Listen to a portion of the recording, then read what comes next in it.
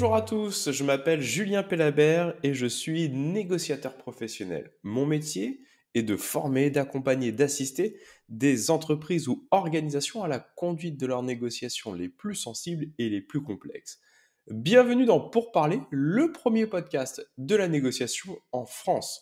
Notre ambition est simple, vous donner des clés pour mieux négocier pour votre quotidien professionnel et personnel. Vous aimez notre podcast? N'oubliez pas de vous abonner. Toutes les 2 semaines, nous recevons un expert qui abordera une problématique et vous partagera ses astuces pour mieux négocier.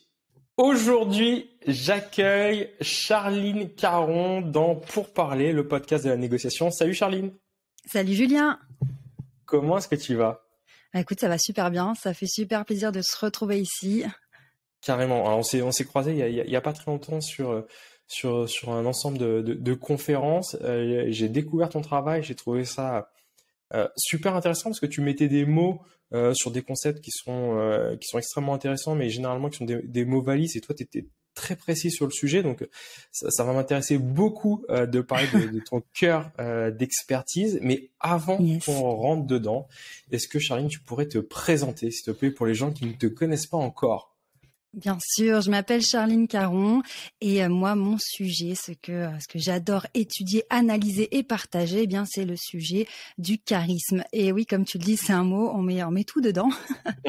Et l'idée, c'est que je partage avec un maximum de personnes comment faire pour développer son charisme. Ouais, et c'est pas un sujet évident parce que moi, je l'aborde sur la formation ou sur des cycles de négociation. C'est quelque chose qui est pas acquis.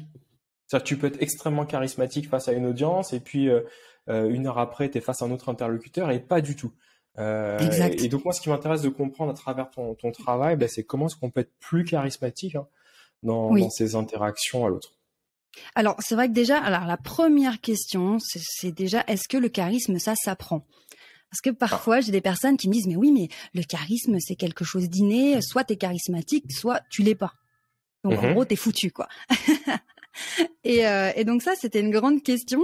Et finalement, à force d'étudier ça, parce que c'était mon problème, moi, à l'époque, quand j'ai démarré ma vie d'entrepreneuse, j'avais besoin d'être plus convaincante, tu vois, de savoir me positionner, m'affirmer, communiquer. Et je me suis dit, mais comment ils font ces gens-là qui sont charismatiques, qui sont à l'aise, tu vois? Et je dis, c'est pas possible. Et j'ai commencé à me poser ces questions-là. Et finalement, j'ai compris que c'était différents critères qui, cumulés, allaient apporter un effet global de charisme, en fait. Donc déjà, la première question, c'est est-ce que le charisme s'apprend? Eh bien, oui, ça s'apprend. Bon, top. Au moins, ça laisse une lueur d'espoir pour continuer les formations et les conférences dessus. Exact. Tout n'est pas perdu. Oui. Ah non, mais tout est à faire, tout est à construire. C'est génial parce que ça veut dire que c'est à apprendre, ça veut dire qu'on peut tous, et comme le sujet de la négo, comme beaucoup de sujets qu'on aborde régulièrement sur ce podcast, on peut tous devenir une meilleure version de nous-mêmes si on comprend ces différents critères. Exact. Mais c'est comme la négociation. Il y a des personnes qui savent négocier. Tu vois, même des enfants. Moi, je vois mon neveu, depuis qu'il sait parler, il négocie tout. Tu dis, mais c'est un commercial dans l'âme. C'est pas possible. Comment il fait ça? Chez lui, c'est naturel. Et d'autres personnes auront besoin d'apprendre et puis elles pourront devenir super fortes là-dedans. Donc, le charisme, j'ai envie de dire, c'est la même chose. C'est des critères à comprendre et puis à intégrer et à faire que ça devienne automatique et naturel. Top. Est-ce que par rapport à ton travail, parce que c'est sur ce mot qui est assez large, est-ce que tu aurais une définition ou, c'est quoi le charisme pour dire les choses très simplement, comme si tu devais l'expliquer d'ailleurs à ton neveu, un enfant de 10 ans ou 12 ans, c'est quoi le charisme? Alors, à force d'y réfléchir, tu vois, il y a un mot qui revient sans cesse, c'est la capacité, pour moi, la capacité à rayonner et à montrer à l'extérieur qui on est à l'intérieur sans avoir peur, en ayant confiance en soi. Et l'effet sur l'entourage, sur les interlocuteurs, ça va être de susciter de l'intérêt. Susciter une interrogation. Mais qui est cette personne? Mais ça m'intéresse. Je veux en savoir plus. Il y a un côté un peu mystérieux et d'ailleurs, dans la définition du charisme, il y a un côté mystique. C'est vraiment quelque chose de... Waouh, on n'arrive pas à le saisir. Une personne charismatique, on a envie d'en savoir plus, on ne sait pas ce qu'elle a. Elle a un truc. J'aime beaucoup cette notion de de susciter l'intérêt. C'est-à-dire que tu te dévoiles, mais pas totalement. Il y a une part de Mhm. lumière, une part d'ombre, et quelque chose qu'on a envie d'explorer, de creuser. En fait, j'ai l'impression qu'il y a quasiment une notion de fascination, tu vois, sur la personne qui est Oui, charismatique. exact. Il y a quelque chose d'insaisissable en fait. Ouais. Et ça, en fait, ça va aller chercher loin parce que ça va aussi aller chercher dans ce qu'on appelle donc le mindset, l'état d'esprit de la personne. Parce que on verra si on a le temps de le développer aujourd'hui ou pas, mais Mmh. juste pour donner déjà une piste, euh, si je me sens légitime, si je me sens bien dans mes baskets à ma place, je vais pas tout dire, je vais pas tout dévoiler et je vais pas avoir tendance à me justifier. Tu vois, je vais avoir une certaine posture, un positionnement euh, de par mon mindset. Mon positionnement va générer ce côté un peu mystérieux, cette fascination et ce côté charismatique. Ouais, c'est très intéressant ça. Parce que je vois totalement ce que tu veux dire. T'as pas une volonté de convaincre, tu partages et les gens sont d'accord ou pas d'accord, mais ça leur appartient. Exact. C'est Et en exactement fait, ça. tu as un degré de liberté qui pour toi aussi est très intéressant, c'est que tu te détaches du regard de l'autre. Ah oui. Euh, et c'est plus agréable. Et c'est vraiment intéressant cette notion de part de mystère et d'ombre, parce que ça me fait penser à quelque chose, c'est que j'ai rencontré, et je rencontre encore aujourd'hui des gens qui sont extrêmement charismatiques, et je trouve que dans l'interaction, quand tu commences à les connaître, quand tu commences à dévoiler cette part d'ombre et que tu les Mhm. retrouves régulièrement pendant un certain temps, que ça devient des amis proches, ça, bah, au bout de 6 mois, ils sont toujours charismatiques, mais très différemment encore. Tu vois? Oui. Il y a Oui, plus oui. ce côté un peu fascinant. C'est-à-dire que quand tu es rentré dans la zone d'intimité, quand tu as échangé, quand tu les as vus dans un quotidien, Ouais. c'est très différent. Oui, parce que tu vois leur côté humain, en fait, finalement. Et tu vois qu'ils ont des émotions comme les autres et qu'ils ont aussi des contraintes, enfin, tout ce qui fait le quotidien d'un être humain. Tu te rends compte que finalement, bon, bah, il y a cette enveloppe, un petit peu, ce rayonnement charismatique que tu as réussi à percer. Et tu dis, bah ouais, Mmh. en fait, c'est juste quelqu'un de normal. Envie d'apprendre à mieux négocier pour améliorer votre futur professionnel et personnel? Rejoignez le premier et unique programme de formation à la négociation globale en France. Ce parcours réunit 12 des plus grands experts français de la négociation. Anciens chefs de la cellule de négociation du RAID, du GIGN, enseignants à Harvard, experts en psychologie et détection du mensonge, criminologues, préparateurs mental. Le parcours est certifiant, avec une certification reconnue par l'État et 100% éligible au compte personnel de formation. C'est-à-dire que c'est 0 € de reste à charge pour 99% de nos apprenants. Alors à tout de suite sur négociation-global.com. Bah oui, comme tout le monde, Ouais. effectivement. Mais c'est passionnant. J'ai vraiment hâte d'en savoir un peu plus là-dessus. Tout à l'heure, tu nous parlais de différents critères qu'il faut cumuler. Tu as aussi abordé cette notion de légitimité, de mindset qu'on doit avoir en soi. Est-ce que tu peux nous partager les premiers critères, les fondamentaux peut-être, le socle de cette pyramide qui fait que bah, ça va permettre d'aller chercher cette notion de charisme. Ouais, je dirais que dans tous ces critères, la première chose qui va venir, c'est vraiment le côté instinctif, vraiment sur le plan animalier. Alors, les êtres D'accord. humains, on va s'observer et finalement, en fonction de comment je me sens dans ma tête, est-ce que je me sens légitime, est-ce que je suis détendue, ou alors est-ce que j'ai un peu le syndrome de l'imposteur, je me demande si je suis à la hauteur, ou j'ai un peu de stress ou beaucoup de stress. Eh bien, ça va se voir dans mon langage corporel. Et rien que ce critère-là, ce langage corporel, comment je vais me situer dans l'espace, positionner mon corps, est-ce que je prends beaucoup de place, peu de place, quelles sont les expressions de mon visage, quels sont aussi tous les paramètres physiologiques, est-ce que je suis dans un état de stress avec beaucoup d'hormones de stress, j'ai chaud, je transpire, je Mhm. tremble, ou alors est-ce que je suis posée, je suis ancrée, je prends de la place correctement. Ça, c'est des petits détails qui vont avoir un énorme impact sur l'impression que mon interlocuteur va avoir de moi et donc sur mon niveau d'aisance et de charisme. D'accord. Donc, si j'entends, c'est que cette sérénité ou cette confiance en moi que je vais avoir, ce que tu dis, Charline, c'est que d'une certaine manière, elle va transpirer Oui, et l'autre va la ressentir et c'est quelque chose qui va être apaisant, qui va lui permettre enfin déjà, c'est cette première étape du charisme pour lui. Oui, parce qu'il va pouvoir se situer par rapport à nous. Parce que D'accord. clairement, on est des animaux. Quand on se rencontre, Oui. il y a un positionnement qui se crée. Est-ce que on est égal à égal? Est-ce que l'autre est au-dessus de moi? Est-ce qu'il est en dessous de moi? On va déjà se positionner dans les premières secondes pour savoir si on est dans une situation dangereuse ou pas, de crainte, comment se comporter, à qui on a affaire. Il y a déjà ce côté. Et aussi, est-ce qu'on est dans la même équipe ou est-ce que a priori, on est plutôt adversaire? Il y a toutes ces choses vraiment inconscientes qui se mettent en place. Et donc, on va avoir un premier avis sur la personne. Et c'est vraiment au niveau du feeling. Moi, je parle de critères, de posture, de déploiement dans l'espace, d'ancrage, parce que j'étudie ça depuis des années. Mais les personnes vont avoir ce qu'elles appellent un feeling. Je l'ai senti comme ça. Je l'ai senti arrogant, je l'ai senti condescendant, je l'ai senti sûr de lui. Ou au contraire, je l'ai senti craintif, pas sûr de lui. Il était stressé, il était timide. Et donc, ça va être ressenti, alors que finalement, c'est vraiment des critères. Alors, j'ai plein de questions qui viennent en tête. Je te les donne maintenant et je te laisse y répondre dans l'ordre que tu veux. Est-ce que je peux travailler cette notion de confiance en moi? Est-ce que tu parles de comportement dans l'espace, tu parles d'ancrage? Qu'est-ce que je peux mettre à ma disposition pour travailler cette confiance en moi? Et la deuxième chose, c'est si je suis dans une interaction à l'autre et que j'ai pas confiance en moi parce qu'il y a eu un phénomène exogène que sais-je, comment est-ce que je peux compenser?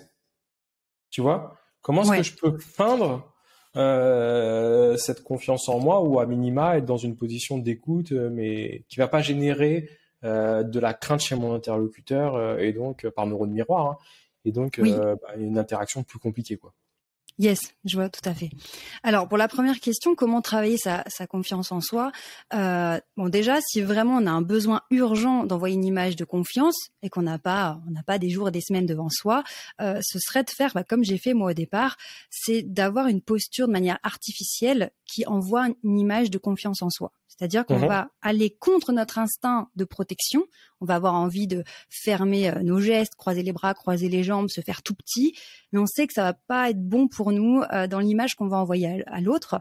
Donc, on va se forcer vraiment de manière artificielle. Je vais décroiser les bras. Je vais poser mes mains sur la table. Je vais pas les mettre en dessous de la table. Non. Je vais montrer mes mains. Plus mes mains sont visibles, plus j'envoie une image de confiance en moi.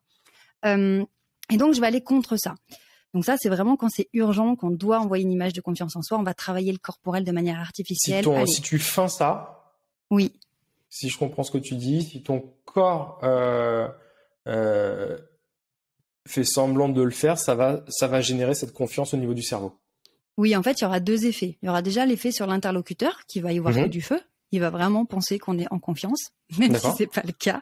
Et ça, je peux en parler parce que mes premières années d'entrepreneuse, j'ai fait ça. Mais c'était une blague pour moi. Je faisais vraiment semblant d'avoir confiance et les gens pensaient vraiment que j'étais sûre de moi, alors que à l'intérieur, je tremblais comme une feuille. C'était une torture, mais ça ne se voyait pas. Okay, et le deuxième effet qui est vraiment intéressant, c'est que en effet, en ayant cette posture-là, le cerveau voit par un effet rétroactif que, a priori, on ne se sent pas en danger puisqu'on est en ouverture et en ancrage. Au contraire, on est en position de force et de passage à l'action. Donc, il va générer des hormones qui vont nous pousser encore plus à l'action, notamment la testostérone. Donc ça, c'est le premier truc. En mode urgence, travailler le corporel. Ouverture, ancrage. Maintenant, à savoir sur la confiance en soi, évidemment, c'est avec l'expérience qu'on va prendre confiance en soi. Plus on va répéter les choses, plus on sera confiant et plus on aura l'habitude de sortir de notre zone de confort. Plus ça va devenir banal et on va dédramatiser. Mais ça, on aura besoin d'un petit peu de temps, évidemment. Oui, parce que notre zone de confort, elle est propre à chacun. En tout cas, on en a tous une. Et c'est vrai que plus on en sort, plus elle s'agrandit, cette zone de confort. Exact. Et on se rend compte. Dis-moi. Ouais, non, je disais, la difficulté, c'est que quand tu démarres quelque chose, c'est là où tu as le plus besoin de confiance en toi, parce que c'est le plus dur. Et c'est là où tu en as le moins. Donc, c'est pour ça que vraiment, ça demande de se faire violence au départ, parce que c'est la plus grande marche à gravir au départ. Et après, plus ça va, plus tu es confiant, moins c'est difficile. Donc, vraiment, si les personnes démarrent quelque chose, c'est dur, mais c'est normal. C'est vraiment intéressant, j'ai mis les mots comme ça, mais c'est vrai que c'est au moment où tu démarres que tu en as le plus besoin. Et paradoxalement, c'est là où tu en as le moins. Ouais, c'est ça. Tu es face à une incertitude, tu te poses plein de questions, est-ce que je vais être légitime, est-ce que ça va réussir Et en fait, j'ai l'impression que ton cerveau, il est toxique à ce moment-là, non pas parce il est pas dans l'action, il est pas dans le moment présent, il est sur les conséquences de ce qui pourrait se passer. Ouais, il te fait un C'est même pas avéré, scénario. t'en as aucune idée. Ah non, et en plus, c'est son rôle de faire un scénario catastrophe parce que Hum. il est là pour nous protéger. Donc, il dit, attends, tu vas m'emmener sur un truc que je connais pas. Il y a potentiellement du danger. Donc, prépare-toi au pire. Et bon, qui a vraiment envie d'aller se confronter au pire? C'est compliqué parce que la réaction du stress, elle est vraiment viscérale. Hum. Donc, tu dois lutter contre ça et faire preuve de courage au départ. Ça c'est vrai. Ouais, c'est viscéral, enfin, d'où l'expression même j'ai la peur au ventre, c'est que ça Oui, bloque. Très exact. clairement. Exact. Nous, on travaille avec de la préparation mentale, donc avec pas mal d'exercices, de dialogue interne, de visualisation, de choses comme ça. Est-ce que toi, t'as des façons de travailler cette notion de mindset sur une première fois pour au moins à l'intérieur avoir une sorte de pseudo-paix intérieure? Oui, on va être sur pareil la préparation mentale. Alors déjà savoir que plus je travaille le fond, plus je serai à l'aise pour avoir Complètement. la forme de Oui. de mon message qui soit optimale, c'est clair. Quand je sais pas ce que je dois dire, ça devient très compliqué. Et puis un autre mythe aussi, c'est que l'improvisation, en fait, on n'improvise pas comme ça, on ne part pas de rien. Une personne qui sait improviser, qui sait parler, c'est qu'elle l'a tellement fait que ça devient naturel et automatique. Donc parfois, tu sais, j'accompagne des étudiants, ils me disent non, mais madame, je vais y aller au talent. Non mais non, quand tu vas au talent, c'est quand tu t'es vraiment entraîné, ou alors parce que tu ne mets aucun enjeu dessus, c'est vrai que tu ne seras pas victime de ta réaction de stress parce que tu n'as aucun enjeu, donc aucun stress, et c'est là que tu seras le plus performant. Mais c'est vrai que la préparation, super importante, aussi visualisation pour préparer le cerveau et qu'il ait l'impression d'avoir déjà vécu la scène et qu'on ne soit pas dans quelque chose de nouveau, d'inconnu. Et puis les phrases. Les phrases, moi j'ai beaucoup utilisé ça au départ, je me regardais devant le miroir, sur ma première boîte où je vendais des robes de mariée alors que ça faisait 10 ans que j'étais chez moi, que j'étais malade. Il fallait que j'aille me présenter, me vendre mes produits, convaincre, etc., rassurer, alors que j'avais zéro confiance en moi. Je te jure, je me regardais dans le miroir et je me parlais à moi-même et je me disais, mais tu vas y arriver, tu vas te déchirer, ça va le faire, ils vont être convaincus, ils vont te suivre. Mais j'étais dans un délire où je me disais, mais je suis dingue. Mais en fait, ça marchait. Le cerveau me croyait. Je suis assez d'accord. Ouais, je fonctionne encore comme ça sur certains sujets, tu vois, bah, sur des conférences où il y a beaucoup de monde. J'ai l'impression que quand je mets, alors c'est ma petite métaphore, je crois qu'il était dans une série, je sais plus laquelle. Quand je mets ma chemise, j'ai l'impression que j'enfile un costume de gladiateur et je me dis, je suis un Ouais, gladiateur en chemise. exact. Et quand je vais dans l'arène, pour moi, c'est vraiment l'arène, quoi. Ouais. Pour la conférence, quand t'as 200, 300, 500 personnes, c'est vrai que il peut y avoir un côté un petit peu intimidant. Oui, et En tout cas, puis quand tu es face à un groupe, tu as besoin d'avoir une énergie qui soit supérieure à toutes les mm, personnes qui sont en face de toi. Donc tu as intérêt à être préparé, à être conditionné, à être prêt à envoyer du lourd parce que sinon tu te fais manger par le public. Donc c'est vrai, comme tu le dis, mettre sa tenue de scène, c'est aussi un conditionnement, c'est un signal fort envoyé au cerveau. Attention, mm, là je suis sapé, je suis préparé, c'est parti quoi. Et donc là tu es ouais, focus parce que tu t'es conditionné. exactement. Je switch à ce moment-là sur une autre énergie. Je trouve ça vraiment intéressant. Euh, il en vient une question sur cette notion de confiance en soi qui va être le pendant. C'est comment est-ce que j'évite dans cette interaction à l'autre de pas être sur un biais de surconfiance ou de pas être pédant, condescendant pour être charismatique, c'est-à-dire pour rester Mmh. encore. On avait échangé un petit peu. Moi, j'avais beaucoup aimé le travail d'Olivia Fox-Cabane sur le charisme qui disait, Mmh. bah voilà, c'est capacité à avoir confiance en soi, effectivement, mais capacité aussi à être bienveillant, chaleureux. Parce que tu prends un Trump et un Obama, les deux ont confiance en eux. Est-ce que les deux sont Mmh. charismatiques? Je sais pas dire. Donc, comment est-ce que tu comprends Exact. ça? Alors là, c'est vraiment le sujet extrêmement important parce que je dirais que la première phase, c'est travailler sa confiance en soi, l'estime de soi, sa façon de communiquer, sa posture, son langage corporel. Ça, c'est la première étape. Une fois que cette étape est faite, pour moi, on ferme le dossier. Et maintenant, on va vraiment s'intéresser à ce qui va faire la différence. C'est de tourner notre point de vue et de s'intéresser à l'autre surtout sur le plan émotionnel. Mhm. Et c'est là où j'aime dire que la communication, ça rime avec manipulation. C'est vrai. Ouais, Parce ouais, c'est que la même chose. Hein. parce que quand tu captes ça, en fait, quand tu es capable d'observer, de comprendre l'état émotionnel de ton interlocuteur et surtout de le faire changer l'état émotionnel par rapport à ce que tu vas faire, ce que tu vas dire et comment tu vas te comporter, là, tu as un véritable outil et c'est même une arme, quoi. Parce que tu es capable de changer cet état, cette atmosphère. Oui, enfin, tu vois, alors moi, je sais pas pour mon métier qui est de la négociation, hein, la notion de manipulation, c'est manipulare. En latin, c'est Mhm. exercer une force sur un objet à la main. Tu vois, c'est pas Oui. une question de bien ou de mal, hein, c'est toute forme de communication, tu as raison de le dire, et manipulation. Tu parles Mhm. pas pour rien dire. Le parent manipule ses enfants, le professeur manipule, l'ami manipule. Quand tu es dans une Mhm. interaction sociale, bah, tu attends quelque chose de quelqu'un, ou en tout cas, tu n'as pas de non-message. Même le silence est un Oui, message. exact. D'écoute, d'accueil de la parole de l'autre, d'ennui peut-être, je sais pas. Donc Mhm. moi je sors vraiment et très rapidement dans les interactions que j'ai avec les gens en leur disant c'est pas bien ou mal. Hein. Mhm. Après Bah, ça peut être oui, ça l'intention dépend. qu'on y met. Ouais. Ouais. Ça dépend dans quelle main on met ça, en fait, finalement. C'est tout dépend de la conscience de chacun.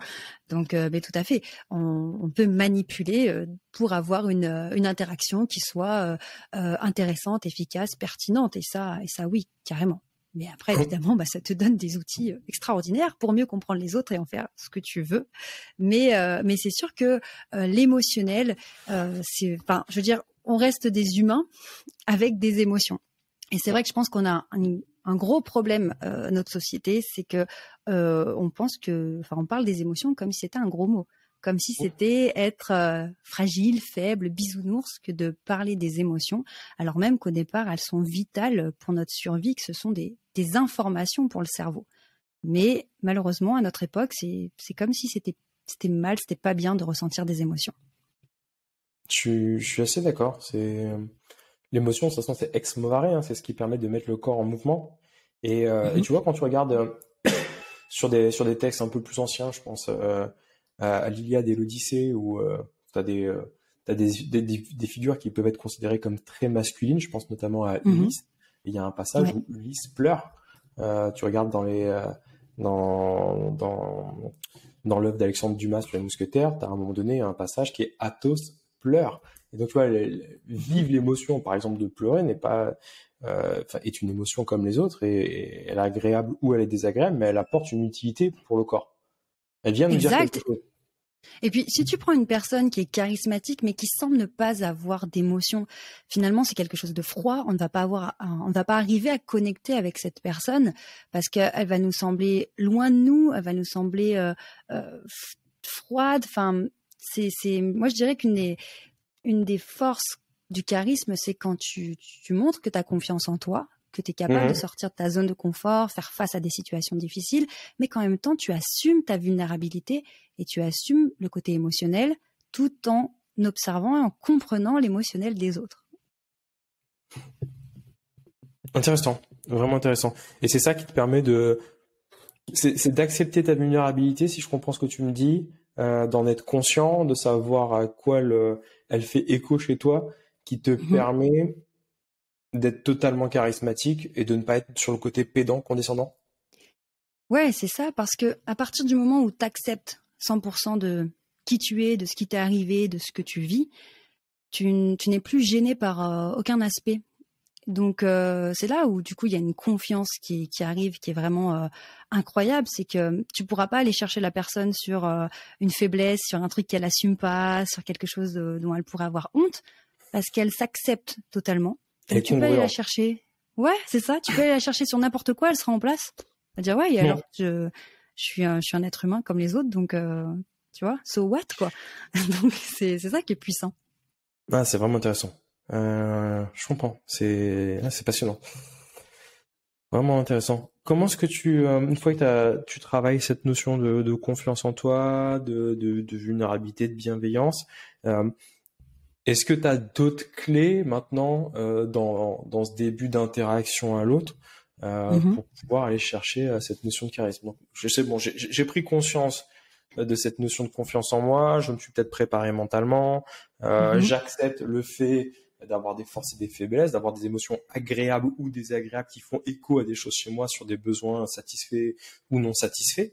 Mhm. Et maintenant, dans cette interaction à toi, dans ce premier moment, comment est-ce que je peux travailler cette notion de charisme ou cette notion de première impression? Et comme tu le dis très justement dans ta conférence, on n'a pas deux fois l'occasion de faire une bonne première impression.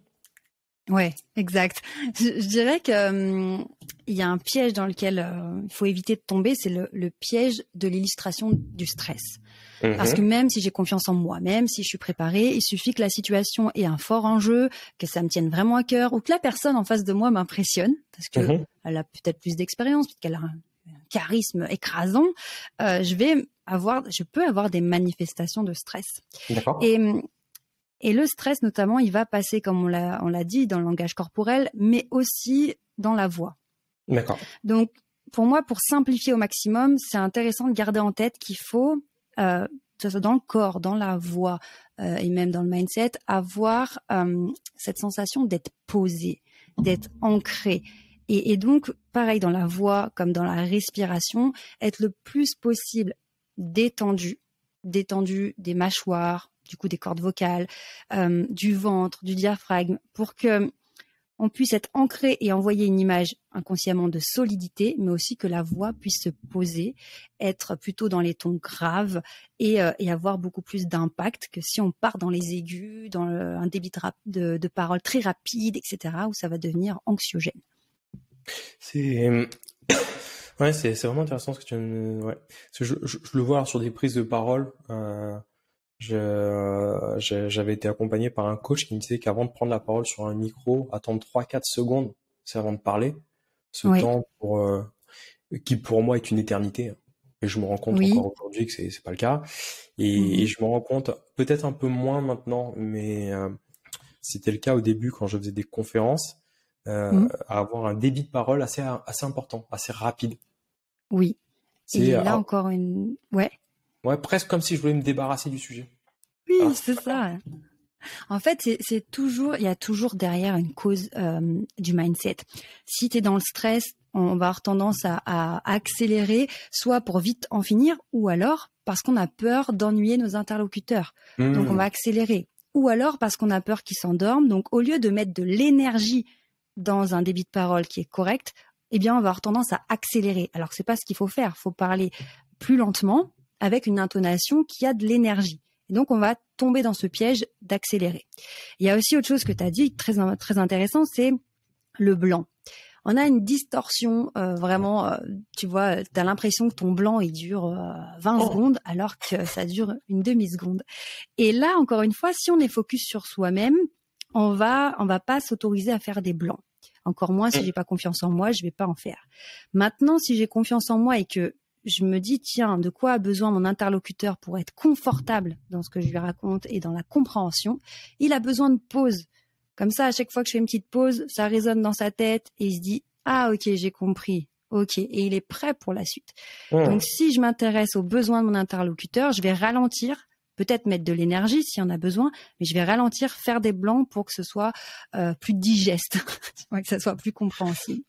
Je suis entièrement d'accord. Et alors peut-être une astuce qu'on peut donner aux gens s'ils ont l'occasion de s'entraîner, soit sur de la prise de parole, soit sur des interactions, c'est peut-être de se filmer. Moi, mes plus grosses prises de conscience, c'était quand j'avais été filmé sur des interventions, où quand je m'écoutais, je me disais, oh putain, là, je suis vraiment bien sur mon débit de parole. Alors que je me souvenais à ce moment-là, j'avais ma perception que ça prenait une éternité, que c'était extrêmement long, mais la perception était que c'était le bon rythme. Et à l'inverse. Exact. Quand j'ai pensé être bien, je me disais, mais c'est un peu rapide quand même. Oui. Il y a une double réalité entre ce que toi tu prends en fait et les gens qui sont en face. Et j'en suis vraiment très, très, très conscient, quoi. C'est-à-dire que des fois, tu peux laisser des blancs de 3-4 secondes. Tu poses une question 3-4 secondes. Quand tu te regardes, tu fais ça passe crème. Alors que t'as l'impression limite dans ta tête d'avoir compté, de t'être forcé à avoir fait cette pause. Je sais pas si ça t'est arrivé. Oui, complètement, parce qu'il ne se passe pas rien pendant le blanc. Déjà, il y a une connexion avec l'autre parce que tu le regardes, peut-être à travers ton regard, tes sourcils, tes mimiques. Il y a une communication qui continue même s'il n'y a pas de bruit. Donc ça, déjà, c'est présent. Et en plus, il se passe plein de choses dans la tête de la personne qui t'écoute. Quand tu t'arrêtes de parler, elle est contente parce qu'elle peut faire le point avec elle-même, comprendre ce que tu racontes, se poser des questions, réfléchir à sa réponse.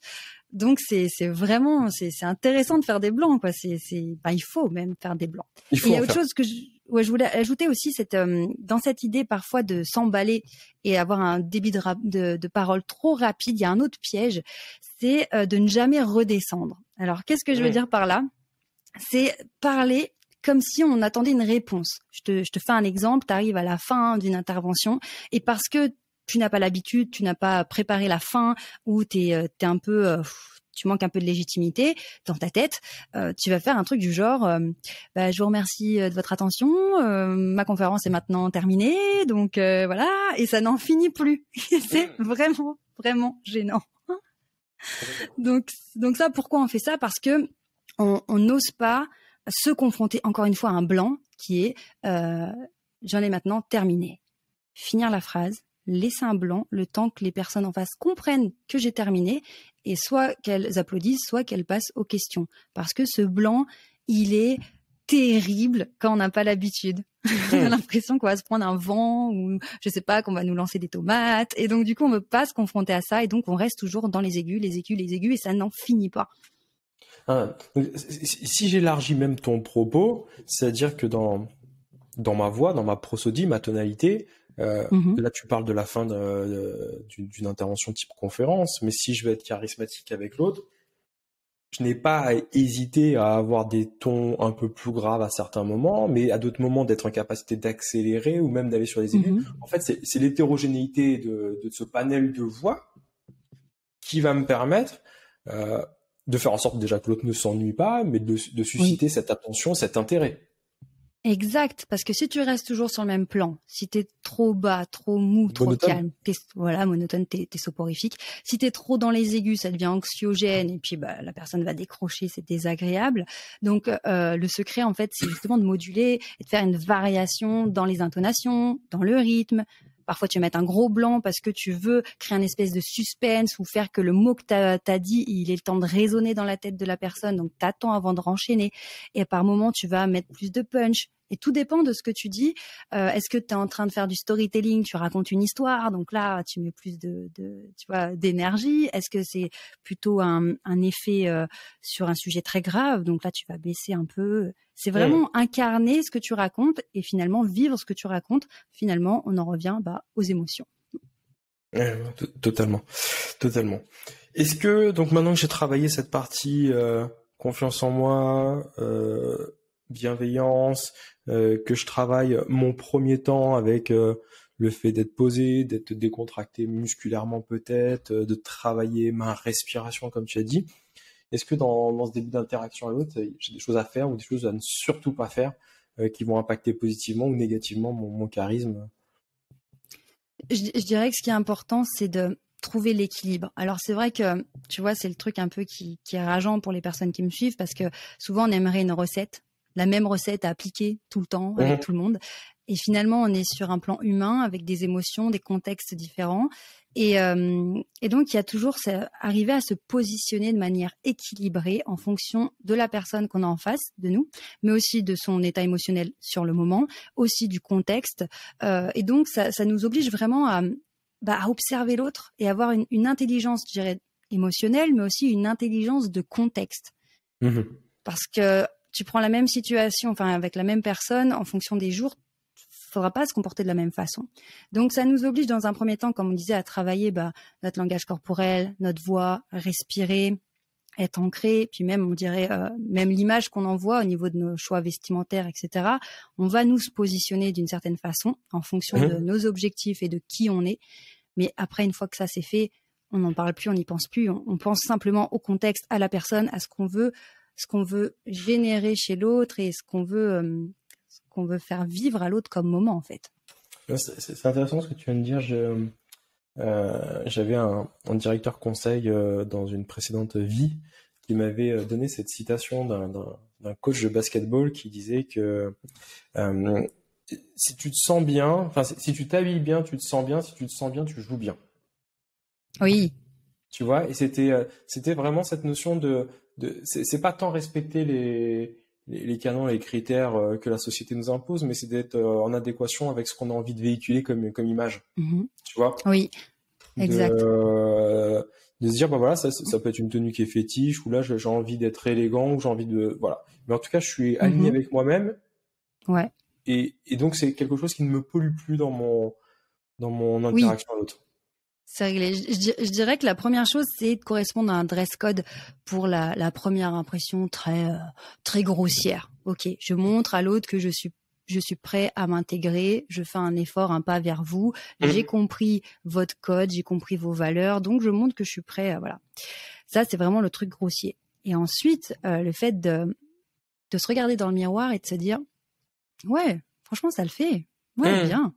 Qu'est-ce que je vais faire? Je vais générer encore une fois un mental qui va être puissant et je vais prendre confiance en moi. Et d'ailleurs, ça va se voir dans mon corps, dans mon langage corporel. Parce qu'une personne qui ne fait pas attention à elle, qui se néglige, qui a une image négligée, évidemment, ça va la mettre en difficulté sur son mindset. Parce que quand elle va se regarder dans le miroir, elle va se dire « Ah ouais, bon, pas terrible, hein. Franchement, je suis dégueu, je suis pas convaincant. » Et donc, elle va se rabaisser toute seule. Donc, on part dans le mauvais sens. Mais aussi, sur l'autre, si on parle de charisme, etc., eh bien, quand je suis négligée, j'envoie à l'autre l'information, vraie ou pas, en tout cas, c'est ce qui risque de s'imaginer, que je ne me respecte pas moi-même. Je ne pense pas valoir assez pour faire attention à moi, à ma santé, à mon image, etc. Donc, c'est compliqué parce que j'envoie finalement l'image que je me respecte pas moi-même. Donc, au niveau du charisme, déjà, on part un peu de travers. Et je peux pas demander à l'autre qui me respecte si je me respecte pas, d'une certaine manière. Exact. Et la citation était de Deion Sanders. Voilà, c'était If you look good, you feel good. If you feel good, you play good. Et c'était vraiment... Et tu vois, ce qu'il me disait, Cédric, c'était il faut faire attention à certains petits détails. Ça peut être des routines, des choses comme ça, mais c'est important d'avoir presque ces rituels, de se sentir bien quoi avec ses vêtements, avec son environnement pour le transpirer, pour le transmettre à l'autre dans l'interaction. Oui, exact. Et puis, évidemment, pas tomber dans l'excès parce que on n'a pas besoin d'être tiré à 4 épingles tous les jours, tout le temps et être super à cheval sur tous les détails, mais savoir pour soi ce qui est important. Certaines personnes, il y aura certaines choses qui doivent être bien faites pour se sentir bien, ce sera différent chez les autres. Donc finalement, là, on ouvre aussi le sujet de la connaissance de soi. Se connaître, savoir ce qui est important pour soi et assumer ce qui est important pour soi et être OK avec ça. En fait, je pense qu'il faut être congruent. C'est vraiment cette notion. Tu vois, quand j'ai commencé sur le business, j'avais une sorte de petit syndrome de l'imposteur parce que j'étais assez jeune pour le métier que je faisais et je me disais à 35 ans, 34 ans, c'est compliqué de faire du conseil en négociation et peut-être que je respectais des canons, des codes, c'est que le costume, qu'il y a la cravate, c'était pas mauvais, ça m'a pas desservi, mais est-ce que ça m'a servi outre mesure, je sais pas. Et aujourd'hui, toutes mes conférences, toutes mes formations, je les fais en jean par exemple, parce que je trouve que c'est une façon aussi de montrer que je suis jeune encore et que je peux m'inscrire en opposition à une forme de concurrence de personnes qui ont 50, 60 ans et que tu peux toujours porter un jean avec une chemise, avec une cravate. C'est pas...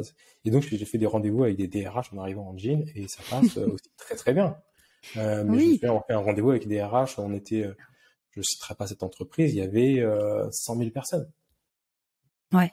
Sous sa direction. Et on a fait un super rendez-vous et ils m'ont dit, mais on adore cette énergie de modernité que vous apportez. C'était le terme qui avait été employé. Comment est-ce qu'on pourrait avancer ensemble? Donc c'était d'incarner en fait à travers mon message qui dit, moi ma perception de la négociation, elle est en rupture avec pas mal de choses qui sont assez old school, qui ont 40 ans. Et c'est aussi important de l'incarner ce message-là. Oui, c'est vrai. Et ce que tu dis, c'est très juste. C'est qu'au départ, on veut vraiment se plier au code du milieu, au dress code, tout, parce qu'on va absolument se faire accepter, parce que on manque peut-être un peu de légitimité. Donc vraiment, on va se soumettre à tout ça. Et ensuite, quand on prend confiance en soi et que on va se différencier, on va finalement se rendre compte que non, on est différent des autres et qu'on assume ça. Et on va arriver à se détacher de ces codes et de jouer avec ça de manière intelligente pour malgré tout quand même rassurer un peu la personne qui nous découvre. Voilà, et en même temps montrer notre singularité et voilà, et donc ça devient hyper subtil et totalement congruent comme tu disais, et donc tout est fluide, tout est logique et naturel, et moi j'aime dire que la communication en fait elle est réussie quand elle ne se voit pas. Donc Bien finalement par exemple, le look que tu as aujourd'hui, c'est pas forcément quelque chose qui va nous frapper. On va pas se dire il a un look spécial, mais dans l'ensemble, en fait, c'est fluide, c'est cohérent, c'est normal. Donc la forme finalement se fait oublier et on s'intéresse seulement au fond. Est-ce que ça serait pas ça le charisme en fait? C'est cette capacité à avoir confiance en soi, être bienveillant et assumer sa singularité, à vouloir respecter une norme tout en montrant qu'on est différenciant et tourné vers les autres. Exact, c'est ça, c'est un mélange en fait de, en même temps je fais attention aux autres, je fais attention au code, mais en même temps je m'en fous. En même temps, tu vois, c'est pour ça encore une fois on a du mal à mettre des mots dessus parce que il y a pas de recette, il y a pas, tu vois, c'est pas clair, c'est pas précis, c'est quelque chose d'assez flou, mais en même temps j'ai envie de dire si on voulait aller là-dedans, c'est un peu comme la vie, c'est l'énergie quoi, c'est tout le temps en mouvement, il y a un équilibre qui se crée, qui se déséquilibre et il y a un équilibre qui revient. Je dirais que finalement c'est ça. Donc c'est pour ça aussi que ça se rapproche de l'impalpable de la notion de charisme. Donc pas besoin d'être une star de radio ou une pop star pour assumer sa singularité. On peut tous le faire dans notre quotidien. Exact. Et puis même il y a des personnes qui ont un look incroyable ou qui sont très très connues et qui finalement sont comme vides à l'intérieur. Parce qu'elles n'ont pas fait ce travail de s'accepter, d'avoir confiance en soi, d'être détachée, etc. Donc finalement, il y a que l'image qui a été travaillée, mais l'intérieur n'a pas du tout été bossé. Donc c'est pas ce que j'entends, c'est l'idée du charisme, c'est pas tant sortir du cadre, c'est juste proposer un autre cadre de référence qui est le sien, et les gens y adhèrent ou pas, mais ça leur appartient. Oui, et d'ailleurs, s'ils n'y adhèrent pas, ça nous touche pas parce que peuvent pas remettre en question qui on est en fait. Donc finalement, on va pas être influencé par le regard des autres. C'est pour moi une vraie prison, vraiment. Ça empêche d'avancer, de faire ce qu'on veut. Et donc finalement, voilà, je suis tel que je suis, tout en m'intégrant aux autres parce qu'on vit en société. Mais voilà, c'est cool. C'est sûr que c'est pas sur une interaction d'un quart d'heure, une demi-heure, une heure qu'ils peuvent savoir qui on est. Donc déjà, prendre conscience de ça, ça peut nous libérer. Et c'est vrai que le regard est une prison. Il paraît que c'est une des peurs les plus importantes devant la peur de mourir. C'est cette peur de prendre la parole en public.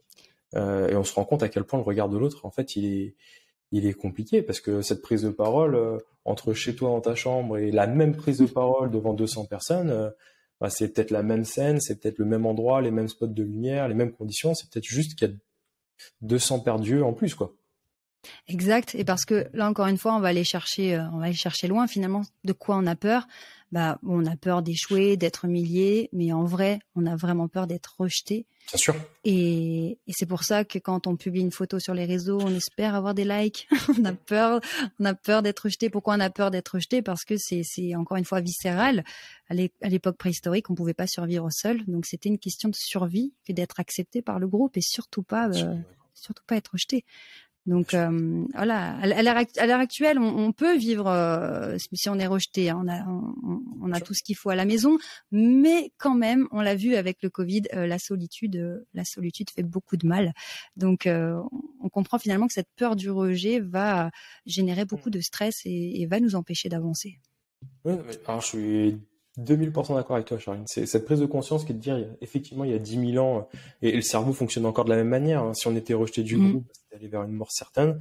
Aujourd'hui, c'est plus le cas. Et en prendre conscience, d'une certaine manière, c'est aussi gagner un degré de liberté. Il n'y a pas mort d'homme, quoi. Si les gens sont pas d'accord, ils sont pas d'accord. Et il y a certains métiers qui sont plus durs que d'autres, hein, pour ça. Ouais, mais je dirais même que, alors c'est un peu dingue, mais c'est presque une chance de se faire rejeter parce que moi, sincèrement, j'ai eu le sentiment d'être rejetée quand j'étais ado à cause de mes problèmes de santé, où j'ai été déscolarisée à l'âge de 16 ans, j'ai fait mes années de lycée par le CNED, donc j'étais vraiment isolée. J'ai vraiment eu ce truc, mais je suis rejetée par la société, tu vois. Et quand finalement tu te retrouves seule, t'es tu dis bon bah c'est moi avec moi-même et finalement tu te libères de ça. Tu te libères, tu es prêt à tracer ta route parce qu'il y a personne qui va t'influencer ou tu te dis pas que les gens attendent peut-être ça de moi donc je vais obéir inconsciemment hein, bien sûr. Là tu dis bah c'est moi avec moi-même donc bon, qu'est-ce que j'ai envie de faire? Et bah c'est parti. Et là t'es totalement libre. C'est fort. Ouais, c'est fort ce que tu dis parce que ouais, et puis c'est s'apprivoiser, c'est faire connaissance avec cet infini qui est au centre de nous, qui est généralement plus important et plus impactant que l'illusion de la relation avec d'autres personnes, qui peut être très éphémère. Ça. Alors que nous, on se supporte de la première seconde jusqu'à la dernière seconde normalement, donc autant être en paix avec cette partie de soi. Voilà, mieux vaut faire équipe avec soi-même parce que c'est pour la vie entière. Donc si t'es fâché avec toi-même, c'était mon cas. Hein. J'étais très très fâchée avec moi-même et à un moment donné, je me suis dit bon, peut-être faire un effort. On va peut-être essayer de se tolérer pour commencer. Génial ce que tu dis. Et puis après, ouais.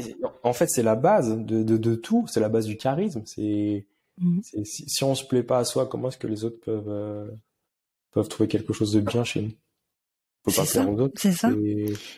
C'est un message très fort, Charline. J'adore.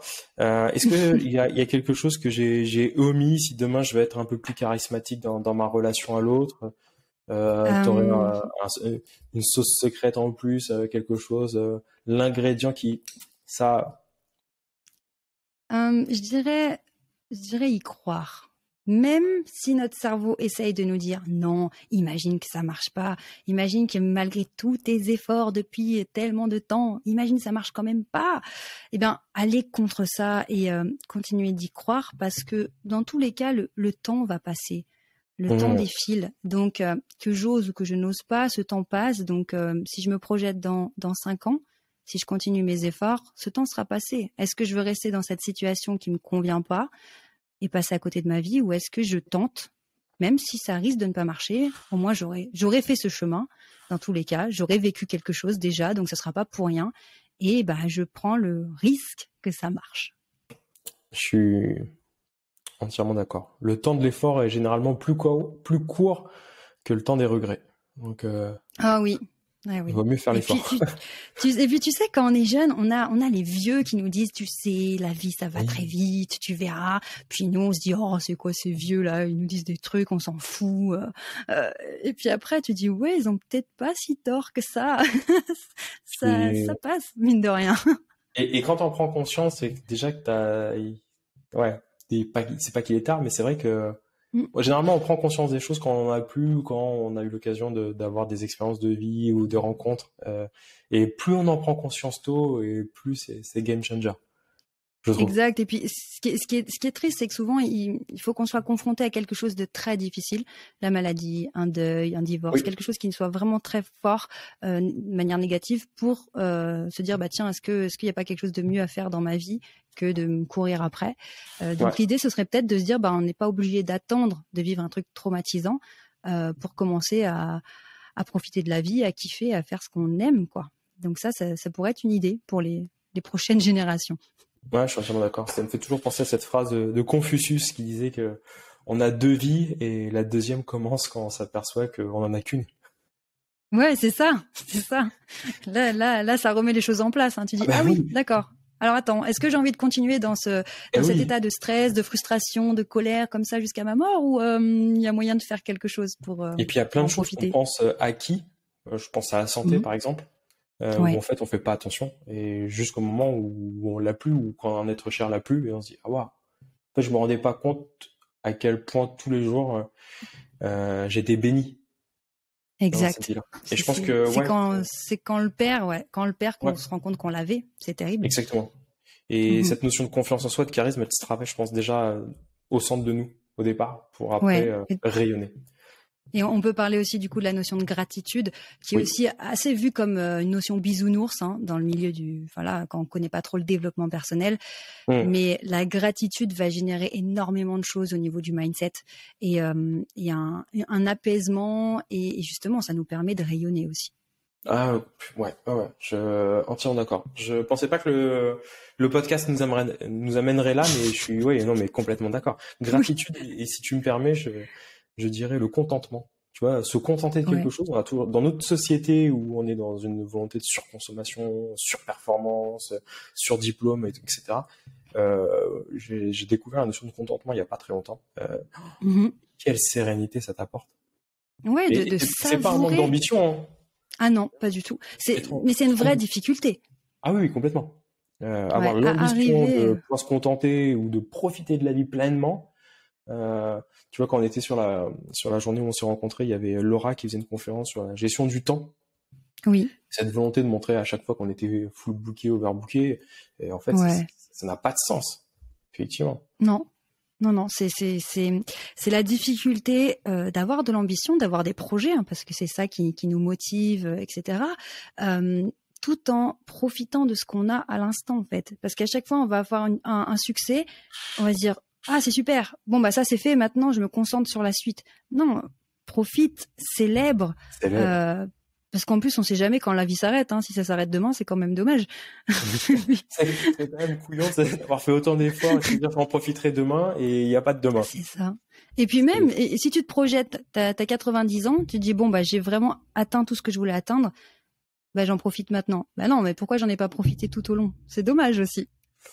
Donc c'est vraiment cette capacité à, comme tu dis, se contenter, profiter, se rendre compte, avoir une prise de conscience de la chance qu'on a au quotidien, tout en continuant nos projets, être dans les deux dynamiques en même temps. Mais c'est la même chose que de travailler pour avoir travailler dur pour avoir un week-end ou de se dire bah, je travaille toute une année dure pour 4 semaines de vacances par an. Pour certains, ça fait sens, pour d'autres, ça fait peut-être moins. En tout cas, moi, ça fait moins. Oui, et puis voir la qualité aussi du week-end quand tu as été dans un état de folie toute la semaine, est-ce que le week-end va être suffisant? C'est ça aussi, on se court après finalement et dans des états encore une fois, de frustration, de colère, de stress et de se poser la question, est-ce que j'ai envie d'avoir une vie entière dans cet état ou est-ce que, avec la chance qu'on a, nous en tout cas, d'être en France déjà, il n'y a pas moyen de me construire une vie qui soit beaucoup plus agréable, beaucoup plus puissante et épanouissante parce qu'on a beaucoup de chance finalement d'avoir tout ça à disposition. Entièrement d'accord. Passionnant. Charline, j'ai l'habitude de terminer ce podcast par toujours la même question, donc je vais te la poser. Si la Charline d'aujourd'hui, je pense que ta réponse va être intéressante par rapport à tout ce qu'on a dit. Si la Charline d'aujourd'hui devait rencontrer la Charline d'il y a 20 ans, quel est le conseil que tu lui donnerais à cette Charline qui a 20 ans en arrière, s'il te plaît? Alors, il y a 20 ans, c'était exactement au démarrage de toutes mes difficultés de problèmes de santé qui ont duré une bonne dizaine d'années. D'accord. Je dirais, ok, ça va être dur, mais ça vaut vraiment la peine. Donc, accroche-toi, parce que le cadeau derrière, il va être extraordinaire. Accroche-toi. Ouais. Accroche-toi. Un immense merci, Charline, pour la générosité de ton partage.